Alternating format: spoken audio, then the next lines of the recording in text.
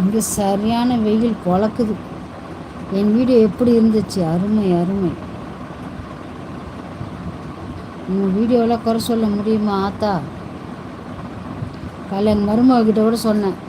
நாகினி பார்த்துட்டு இருந்தா.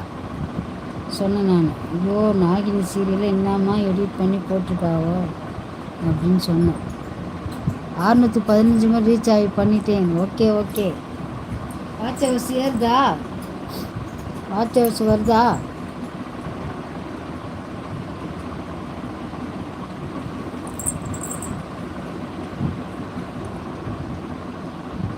நாகினி பார்த்தாங்களா? எதில்?